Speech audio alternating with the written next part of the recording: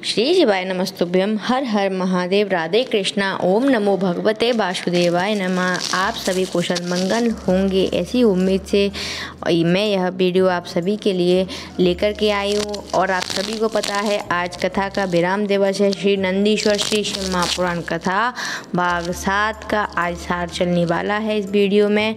तो जैसे गुरुजी हमें बताते हैं कि आज की वीडियो या फिर आप अगर वहाँ पहुँच सकते हैं तो 7वें दिन शिव महापुराण की कथा सुनने के लिए आवश्यक रूप से जाना ही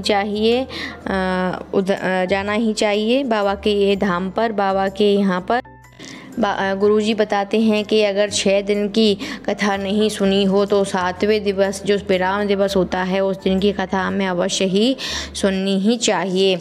तो आप ज़रूर सुने आज बाबा के चैनल पर जा कर के उनकी पूर्ण कथा ज़रूर सुने। और मैं जैसे कि आप सभी के साथ में छोटा सा वीडियो शेयर करती हूँ तो मैं आप सभी के लिए लेकर के आ गई हूँ चिन्नू की रसोई एंड इंडियन कल्चर में आज की कथा का सार। उम्मीद करती हूँ, आशा करती हूँ और आप सभी से यह चाहती हूँ कि आप सभी ऐसे ही मुझे आशीर्वाद दीजिए। मेरे चैनल को लाइक शेयर सब्सक्राइब कीजिए और ज़्यादा से ज़्यादा कमेंट भी कीजिए। आप सभी का तहे दिल से शुक्रिया है। तो चलिए इस वीडियो को आगे बढ़ाते हैं। तो हमने कल की कथा में देखा था कि कैसे महादेव बाबा ने नंदी महाराज को वरदान दिया था कि वह जब तक मैं रहूँगा, जब तक बाबा भोलेनाथ इस मृत्यु लोक में रहेंगे तब तक नंदी रहेंगे। और यमराज को बता दिया था कि जो भी मेरे दरबार में रहेगा, जो मेरे शिवालय में रहेगा या फिर मेरे ऊपर चढ़ाया हुआ जल का भी अगर एक बूंद भी उसके उदर में रहेगा तब तक उसे यम की वासना नहीं सता सकती है। यम लोग उसको तुम नहीं लेकर के जा सकते हो, ऐसा बोले बाबा ने यमराज को बोला था। और यमराज से बोला था कि तुमने मेरे शिवालय में आकर के ही सबसे बड़ी गलती की है। तुम्हें यमराज को बाबा भोलेनाथ के शिवालय में अंदर जाने का कोई अधिकार नहीं होता है। तो ये बाबा भोलेनाथ ने यमराज को बताया था। उसके बाद आगे की कथा का वर्णन चलता है कि बाबा भोलेनाथ ने जब यह वरदान नंदी को दे दिया था तब नंदी अपने पिता शिलाल मुनि के पास गए। शिलाल मुनि से उन्होंने सारा वृतांत कह सुनाया। जब शिलाल मुनि ने यह सारी बातें सुनी तब शिलाल मुनि की आंखों में आंसू आए और वैसे ही उन्होंने नंदी का हाथ पकड़ा और हाथ पकड़ करके बाबा के शिवालय लेकर के अंदर चले गए। अंदर ले जा कर के शिलाल मुनि बोलते हैं बाबा भोलेनाथ की शिवलिंग के सामने, हे बाबा, हे मेरे त्रिकालधारी नाथ, मेरे परमेश्वर, आपने मेरे इस पुत्र नंदी को जीवन दान दिया है कि जब तक आप रहोगे जीवन इस दुनिया में तब तक ये भी रहेंगे। हे बाबा, आज से मैं यह प्रण लेता हूँ कि आज से यह नंदी मेरा पुत्र नहीं होगा, यह सिर्फ और सिर्फ आपका ही पुत्र होगा। ऐसा शिलाल मुनि ने अपने पुत्र नंदी के लिए बाबा भोलेनाथ के सामने बोला। बाबा बोलते हैं कि अगर तुम बोल के चलोगे कि मेरा है मेरा है मेरा है, ये काम कर दो, मेरा है वो काम कर दो, तब तक बाबा तुम्हारा कोई काम नहीं करेंगे। अगर तुमको बाबा से कुछ चाहिए तो सबसे पहले बाबा को समर्पित कर दीजिए। अगर कोई काम है तो बोलिए कि बाबा ये आपका काम है, इसको आपको बनाना है, बिगाड़ना है, आप देख लीजिए। बाबा मैं आपके भरोसे हूँ, मुझे संभालना है, बनाना है, बिगाड़ना है, वो आपके भरोसे है। तो ऐसा वृतांत हुआ। आगे जाकर के वर्णन आया कि नंदी महाराज जो कि बाबा भोलेनाथ के ही एक अंश थे। तो बाबा भोलेनाथ ही इतने सुंदर हैं, विश्व में सबसे सुंदर मेरे नाथ देवते देव महादेव हैं। तो समझिए कि उनका कोई अंश होगा तो वो कितना सुंदर होगा। बाबा भोलेनाथ के जो अंश नंदी थे वह बहुत ज़्यादा सुंदर थे। वह बाबा भोलेनाथ के सामने एक दिन बैठे और बैठ करके उन्होंने बाबा भोलेनाथ से बोला, प्रभु मेरे मन में एक विचार है, एक चीज़ मैं आपसे मांगना चाहता हूँ, क्या आप मुझे दे देंगे? वह तब बाबा भोलेनाथ ने बोला कि नंदी तुमको क्या चाहिए। बाबा भोलेनाथ के मन में विचार आया कि ऐसा क्या मांगना चाहते हैं नंदी। तब गुरुजी ने बताया कि नंदी ने जो मांगा वो इस दुनिया में अभी तक किसी ने भी नंदी भोले बाबा से नहीं मांगा। नंदी ने बाबा भोलेनाथ से बोला कि बाबा मैं इतना सुंदर होकर के अगर आपके सामने बैठूंगा, मेरी पत्नी वो मेरे आपके सामने बैठेगी, तो अगर जब हम आपके पूजन के लिए बैठेंगे तो मेरी पत्नी आपको देखने की बजाय मुझे देखेगी और मैं उसको देखूंगा। मेरा ध्यान आपसे हटकर मेरी पत्नी की ओर चला जाएगा। बाबा मेरा शरीर तो ऐसा ही बना रहने दीजिए, मुझे कोई दिक्कत कोई परेशानी नहीं है, लेकिन जो मेरा मुंह है उसको बदल करके बैल का नंदी का एक स्वरूप बना दीजिए बाबा, बस मैं आपसे इतना ही चाहता हूँ। बाबा भोलेनाथ ने जब नंदी का यह संवाद सुना तब नंदी से बोला कि ऐसा आप क्यों चाह रहे हो कि आप नहीं देखोगे मुझे, आपका ध्यान भटक जाएगा।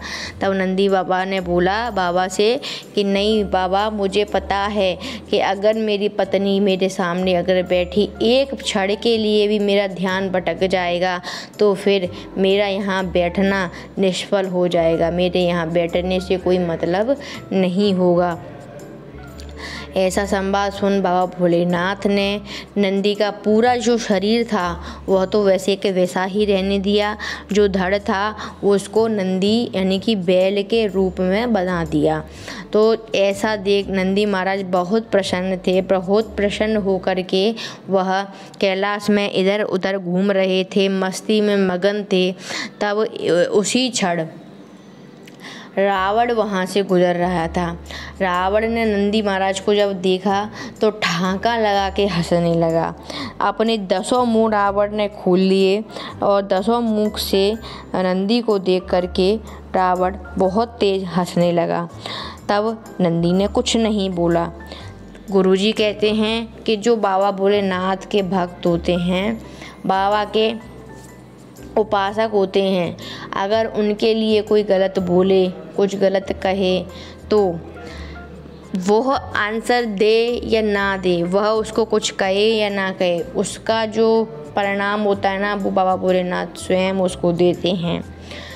गुरुजी ने बताया कि हम सभी को पैसे भी आप खुद को भी पता होना चाहिए और हमें अपने बच्चों को भी बताना चाहिए कि कोई भी हो हमें उसको देख करके हंसना नहीं चाहिए।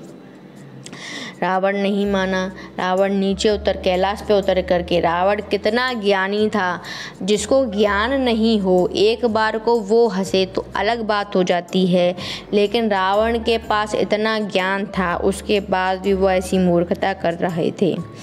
रावण नीचे कैलाश पर उतरे। नंदी ने जब कोई उत्तर नहीं दिया तब रावण ने दोबारा से नंदी का हाथ पकड़ करके और ठहाका लगा के हंसने लगे। क्या बैल का मुंह लगा करके तुम कैलाश पर घूम रहे हो, ऐसा रावण ने नंदी से बोला।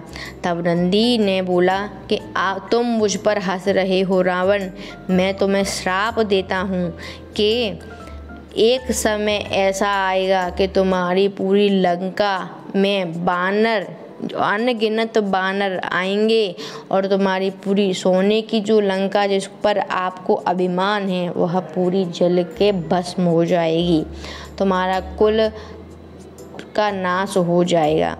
ऐसा नंदी महाराज ने रावण को श्राप दिया।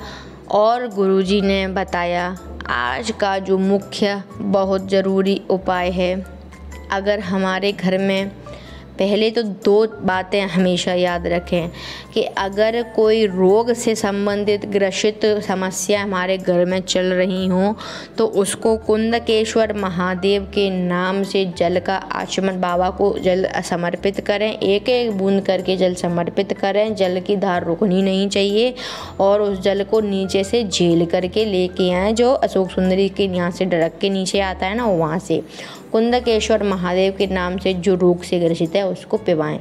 दूसरा, अगर घर में बहुत ज़्यादा लड़ाइयाँ कलेश चलते रहते हैं तो पति पत्नी के बीच में थोड़ा मनमुटाव होता रहा हो तो एक सफ़ेद पुष्प लेकर के बाबा को समर्पित करें और एक लोटा जल आशुतोष महादेव के नाम से समर्पित करें। ऐसा करने से उनके बीच में जो भी झगड़े हैं वह भी समाप्त हो जाएंगे। और आज का जो मुख्य उपाय गुरुजी ने हमें बताया कि नंदी महाराज ने बाबा सावन का दिन था, बाबा की आराधना करने नंदी महाराज बाबा की आराधना करनी थी। नंदी महाराज को बाबा का स्मरण हुआ, तब नंदी महाराज ने एक बेलपत्र लिया था। एक बेलपत्र के बीच वाली पत्ती में लाल चंदन का स्मरण करा के बाबा को समर्पित किया था। तो गुरुजी ने बताया कि प्रशासनिक संबंधित जो भी समस्याएं हों, कोई भी ऐसी काम जो नहीं बन रही हो, तो सिर्फ 3 शिवरात्रि हमें यह उपाय करना है। बेलपत्र के बीच वाली पत्ती पर लाल चंदन से बिंदी रखनी है और बाबा भोलेनाथ को अशोक सुंदरी के स्थान पर छुआ करके बाबा भोलेनाथ को समर्पित करना है। नंदीश्वर महादेव के नाम का स्मरण करके बस, और वो बेलपत्र जब बाबा को चढ़ा दें तब हम वहाँ बैठ करके बाबा का ध्यान करें, जप करें, आराधना करें उनकी, और उनसे बोलें कि हम इस कार्य के लिए ये बेलपत्र यहाँ रख रहे हैं, मतलब हमने इस कामना से लिए हम यहाँ पर आए हैं। उसके बाद वो बेलपत्र अपने घर पर लेकर के एक कटोरी में अपने कक्ष में ज़रूर रखें। सिर्फ 3 शिवरात्रि हमें यह उपाय करना है। ऐसा करने से जितनी भी पुरानी प्रशासनिक संबंधी समस्याएं होती हैं वह सब बाबा सुलझा देंगे, सबका भला करेंगे बाबा, सबका साथ देंगे बाबा। आप एक बार विश्वास करके तो देखिए। तो चलिए आज की कथा में सिर्फ इतना ही। एक बार बाबा का ध्यान करते हैं। श्री शिवाय नमस्तुभ्यं, श्री शिवाय नमस्तुभ्यं, श्री शिवाय नमस्तुभ्यं, श्री शिवाय नमस्तुभ्यं, श्री शिवाय नमस्तुभ्यं। बोला सब दुख काटो मारा, शिव शंकर जपूं तेरी माला, बोले बाबा जपूं तेरी माला, बोला सब दुख काटो मारा। वेश है मंगल मंगलकारी, शमशान वासी हमारा, कैलाश वासी हमारा, ओ भोला सब दुख काटो मारा। श्री शिवाय नमस्तुभ्यं। हर हर महादेव। राधे कृष्णा। ओम नमो भगवते वासुदेवाय नमः। सभी से मैं विदा लेती हूँ। हर हर महादेव। बोल बम का नारा है, बाबा एक सहारा है। मिलते हैं अगले आने वाली वीडियो में।